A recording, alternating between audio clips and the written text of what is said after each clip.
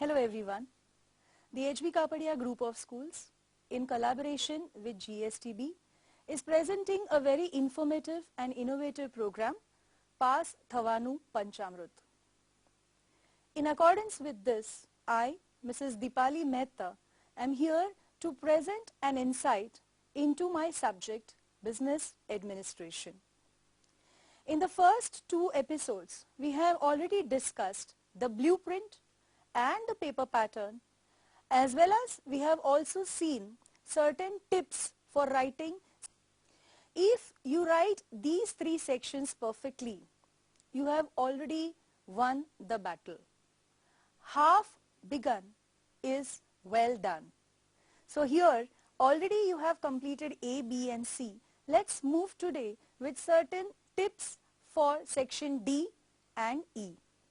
At the end, I will also give you a recipe for success. Let us begin with tips of section D. As you know, section D is of 3 marks each. The first thing that you have to do in section D is select, choose, choice. Choice is a very important thing in section D. You have to select the 8 best questions that you know out of the 12 questions. You have to make a choice that you will start the new section on a new page. So you will write section D on top and then start with your answers.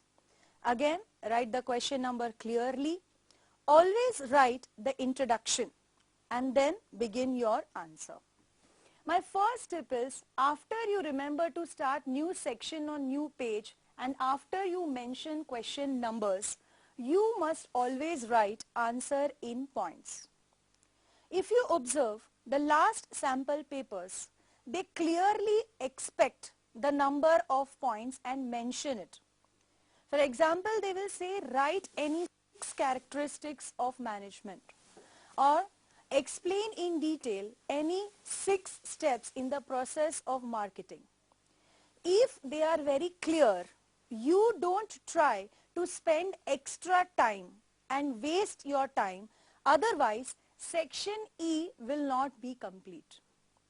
If the question doesn't specify the number of points to be written, of course it is understood that you have to write all the points in the answer. A 3-mark answer should generally be of 1.5 page to 2 pages. It depends on your handwriting. In a rush to make 2 pages, don't spoil your handwriting or don't write big fonts so that the pages are completed on time. You maintain your speed, you maintain your legibility, relax and complete. The paper will be over on time. Always write head points in bold and underline them. Of course, the question number should be written and section D has some points which have to be written. If you try to write head points also in your own words, you will not get marks. But the explanation can be written as per your understanding. So suppose on one fine day I decide that I am going to learn all the answers of 3 markers in the textbook. I can make a list of head points and try to explain them in my own words. The head points have to be written in bold, or you can write it in simple handwriting and underline it. The choice is yours. The explanation to each point should be roughly of 2 to 3 lines. The explanation can be supported with proper examples if required. After that, write the answer in 1.5 to 2 pages approximately is not compulsory. Sometimes the answer may rush to more than this, sometimes it is less than this, but the main thing, the main criteria which they are considering is that you have to cover all the points. In order to make these tips effective, I am going to show you 2 illustrations. One illustration is, when the question is very clear, explain any 6 functions of share market. The most common mistake that the person writing the paper would do is they will get confused between functions of share market and functions of SEBI, because both the questions are there in your syllabus. As I have told you many times before, you have to spend some time on reading the question well. You will spend lot of time in writing 2 pages. Won't you spend some time in reading the question well? So the first step is you read the question well. You will see that they have clearly said you have to write only 6 functions. Even when in the textbook there could be more than 6. Even when you are remembering more than 6.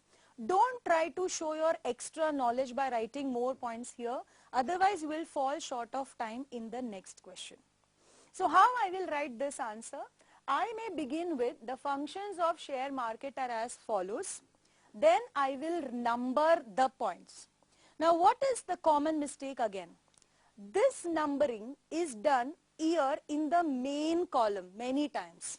The examiner may get totally confused whether this is the question or the serial number of your answer.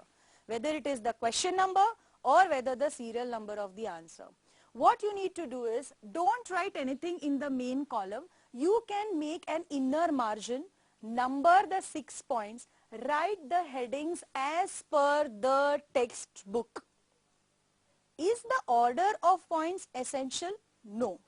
Only when the questions are about procedure, steps, process, the order is also essential. Here the order could be as per your requirement. You can change the order, but you need to remember all the 6 points, write it down. Suppose I am remembering only 5. What would I do? I will leave some space and I will move on. If you hang on to one question, it is a total waste of time. They say in business administration, if you stop your pen, if you put your pen down and start thinking, you will not be able to complete your paper. It has to go in a flow. Suppose I remember 5 points now, I should just leave the answer, go ahead with the next question. This is your second example for section D. This is a distinguish between.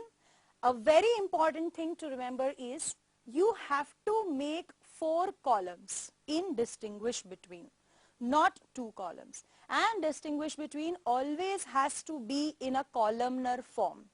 The points of differences are essential. It has to be written, and then as per the order asked, if they are asking difference between fixed capital and working capital, I should write fixed capital first and then working capital. I cannot change the sequence, otherwise the entire answer will be marked wrong. So keeping all these things in mind, I am sure you will do your level best and you will score very good marks in section D. We are going to take a short break and we will be back with tips on section E. Stay tuned. Welcome back. Before the break, I have told you about section D. Now we are coming to the conclusion of the paper with section E. Section E is the last section. By this time, your hand would already be paining. Well, that's the beauty of the theory subject. But you have to literally hold yourself on and spend 1 more hour for section E. As I told you, the marks allotted for section E are 20 marks. In these 20 marks, you have to select 4 answers, which are of 5 marks each. Selection is the key. On the face of it, you may feel you know a particular answer and you may start writing. And after writing 2-3 points, if you are not able to recollect the remaining points, it will be a blunder. 2 wastages. One is you have already wasted your precious 5 minutes and a new answer which requires 15 minutes is yet to be written. So, the tip is plan and write. Think and write. And once you start writing, don't think again and again. Just move on with the flow. With a pencil or a pen, you first tick the 4 answers out of 6 answers. Spend 15 minutes on each answer, and if your answer is not over in 15 minutes, leave it. Start with a new one. Did this come as a surprise? But it is the right decision. How much ever you write, you are not going to get full 5 marks in the essay type question. It is always advisable to leave the question. If you are not able to complete in 15 minutes, leave it. Start with the new one. There is a better chance that you will get more marks in this way.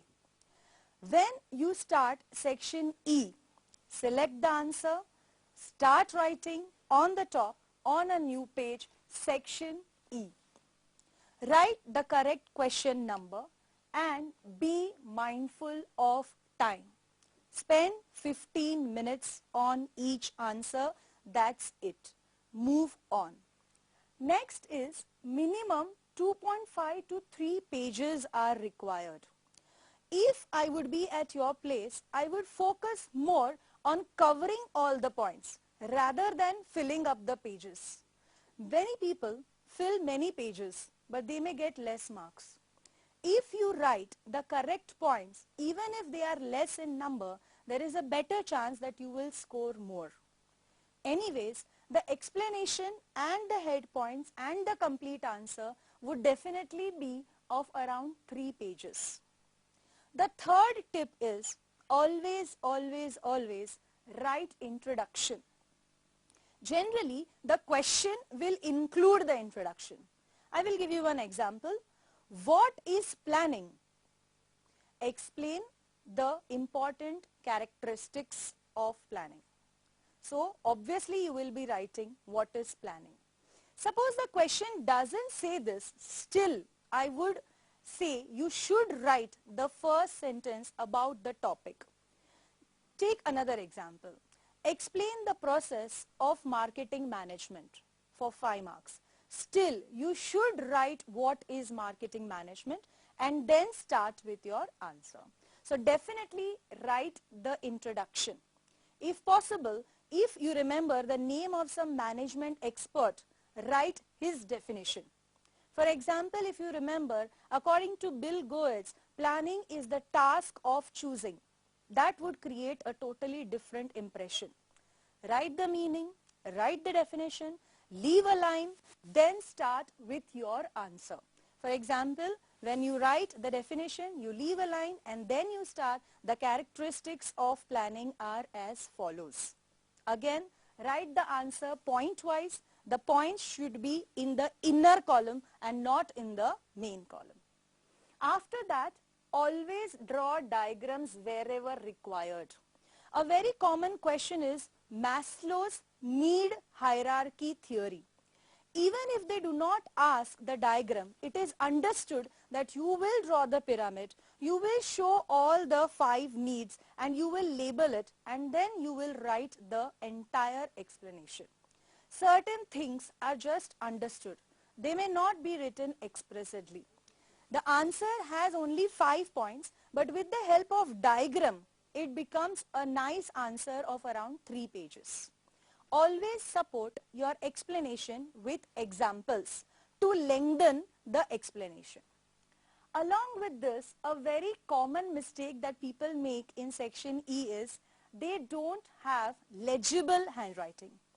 I'm not saying the ultra best or the unique handwriting or some calligraphy. Legible.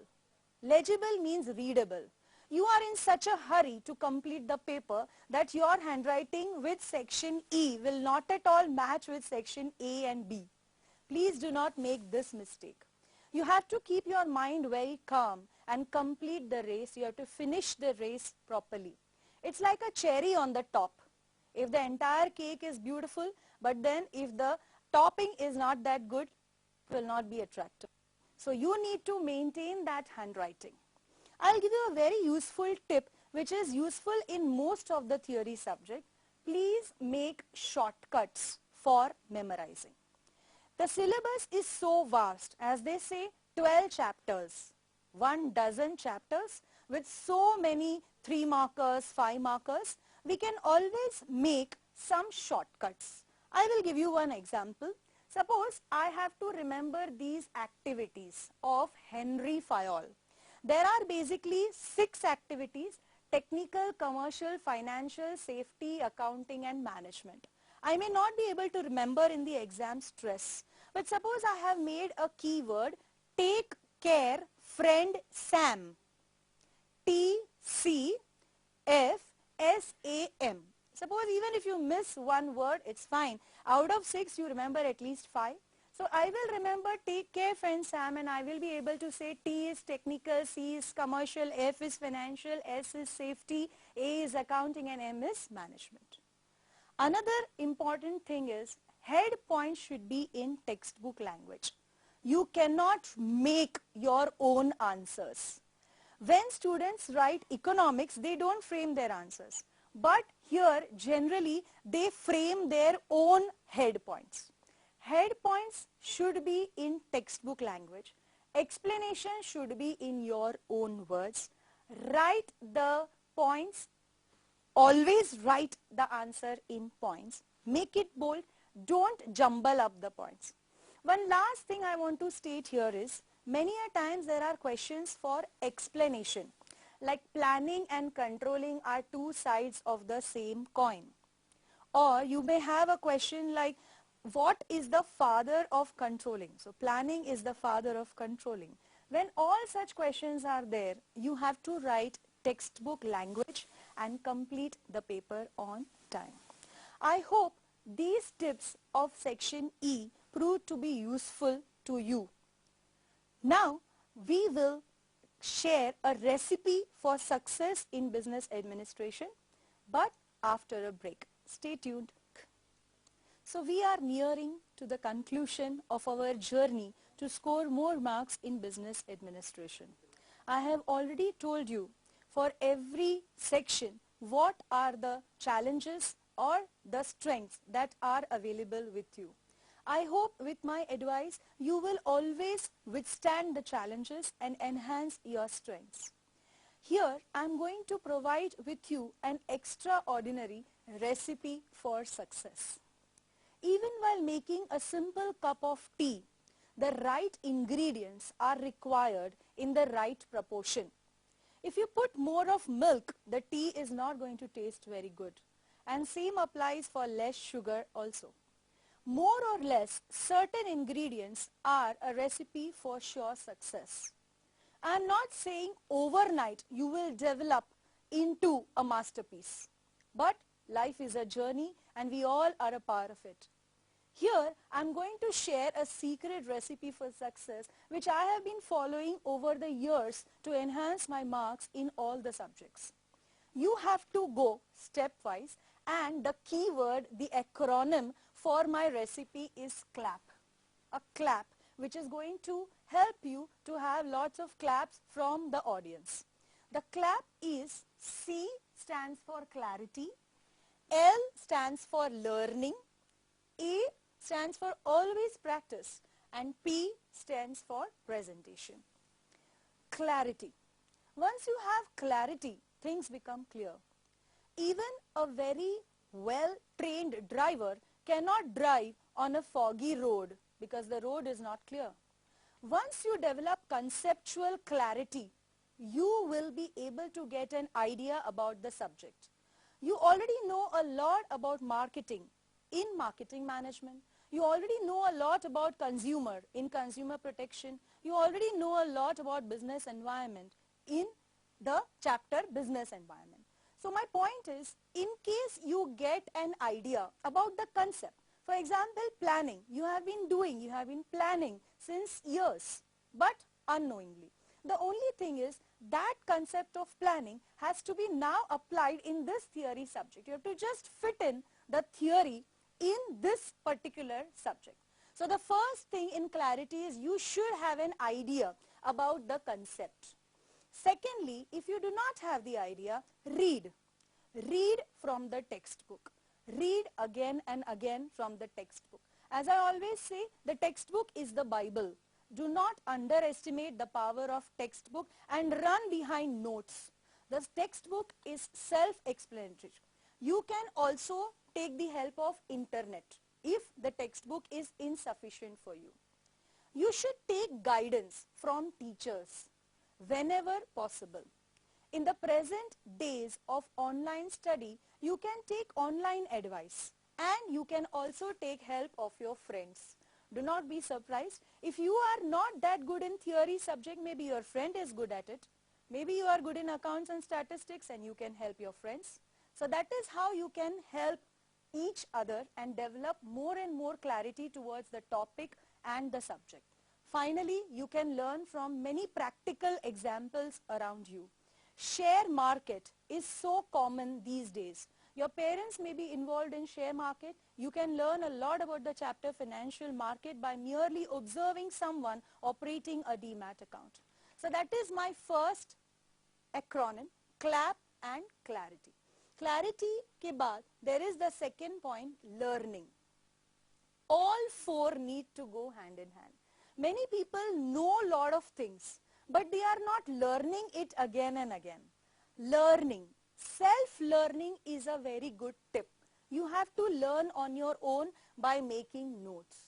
You have to follow the time chart. Time is precious. We need to know what and how much we are going to study in a particular day, in a particular subject. Plus, we should memorize the textbook, and we should always remember in learning, we have to challenge our limits but not limit our challenges. We have to always have a higher parameter for our own self. With CLN, clarity and learning, we will go to the third one, always practice. Practice makes a man perfect. The more you practice, revise, keeping in mind a time chart in a written manner, it will enhance your marks. Always do written paper practice of sample papers. You must have solved at least 10 sample papers before you finally go for your board exam. Finally, presentation. A dull and shabby salesman selling the most attractive product is a waste. But sometimes a simple, courteous, decent-looking salesman with an average product wins. So what is the key? The key is how you present. Please present it in a neat and legible handwriting. As I've always said, always begin new section on new page. Present with an introduction and write the question and the sections very, very clearly. All this has an end important point too. Just like we put some dressing on the salad, or just like we put some coriander on a very nice Punjabi dish, pray. That is the last thing that you need to do. Pray, take blessings of your parents, but don't write your prayers in the question paper and the answer paper. We have seen 7, 8, 6, or we have seen Om, or we have seen cross on the answer sheets. Please do not mention all these things in your answer paper. Pray, keep it in your heart, and with all this, success will be yours. Last but not the least, best wishes on behalf of HB Kapadia team and GSTV. May all the students always deserve and achieve lot of success. All the best, students. Thank you for watching.